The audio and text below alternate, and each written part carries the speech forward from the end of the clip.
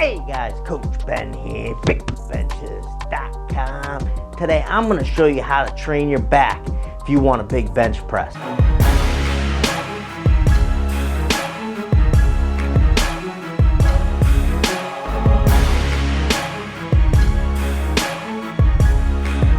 Now you can see I have three key elements here that you should include in your back training. Now this doesn't have to be one isolative workout. Back training can be scattered into all of your workouts, but during the course of a week you want to keep these three elements in mind if you want a big payoff in terms of bench press strength. Now the first key element is a heavy row. You can't keep training the back really light, high reps, real isolative forever and expect to have a big payoff in terms of gaining size and increasing your bench press. At some point you're going to need to train heavy.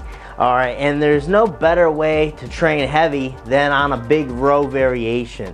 Now this can be anything from a barbell row, and the plenty of variations that go into a barbell row, to a T-bar row, to a dumbbell row, or anything that allows you to really pack on some weight and move some weight.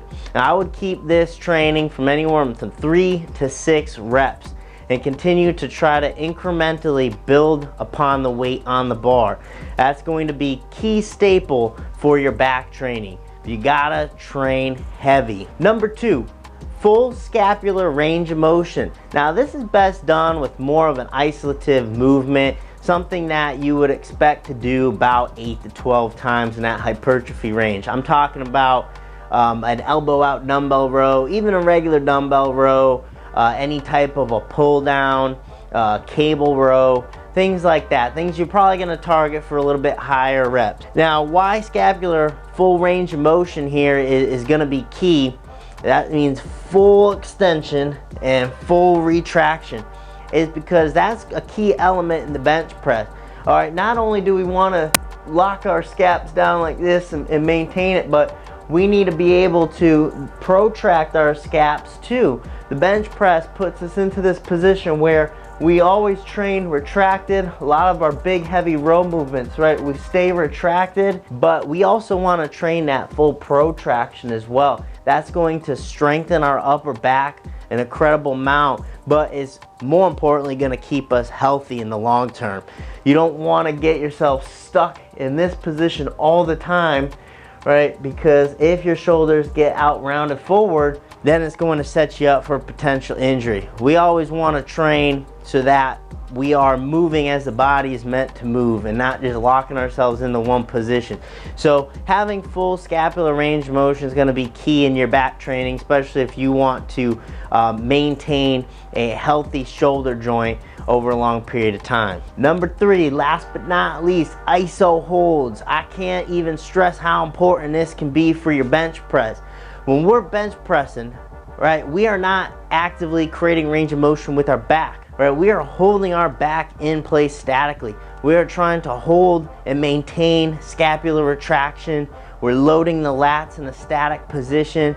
Therefore, we should train our back accordingly to what we do on the bench press. Well, think about it. When we're benching, especially in a shirt, but even raw, it's a long time under tension.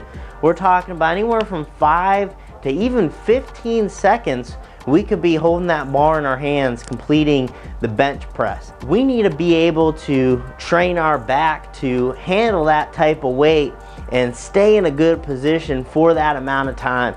So typically what I like to see with iso holds, and you can do this as a seated cable row, a seal row, anything where you can really mimic the bench grip, the bench positioning. You do this to up to 10 to 20 seconds. Use heavy weight like you would handle on the bench press.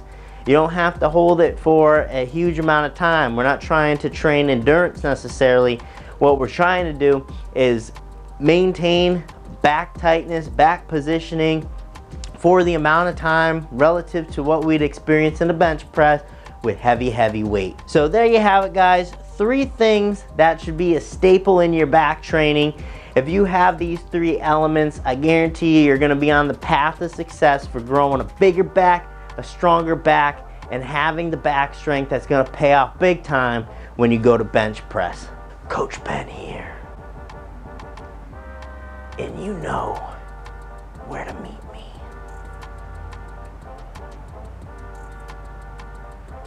At the whiteboard next to the bench. Thanks for watching the video. If you want to learn more about how to increase your bench press, consider joining us in our Better Benching Academy. To learn more, simply click the link down below in the description box or visit bigbenchas.com/BB Academy. I'll see you there.